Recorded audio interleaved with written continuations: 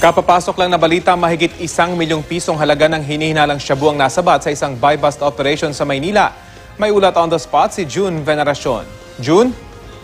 Rafi, isang kilo nga ng shabu na nagkakahalaga ng 1.2 million pesos ang nakuha mula sa dalawang suspect sa isinagawang buy-bust operation dito sa San Andres, Maynila.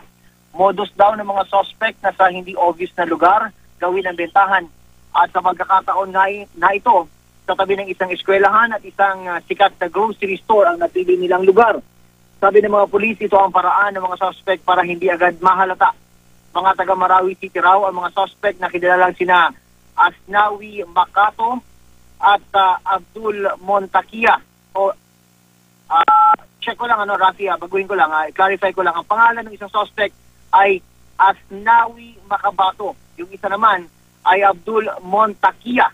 Isang linggo raw minanmanan ng mga pulis mula sa MPD District Anti-Illegal Drugs ang kilos ng mga suspect bago nagsagawa ng buy-bust operation. Matagal na raw nasa radar ng mga pulis ang dalawang suspect. Tumangging magbigay ng pahayag ang dalawang nahuling suspect. Rafi? Maraming salamat, June Veneracion.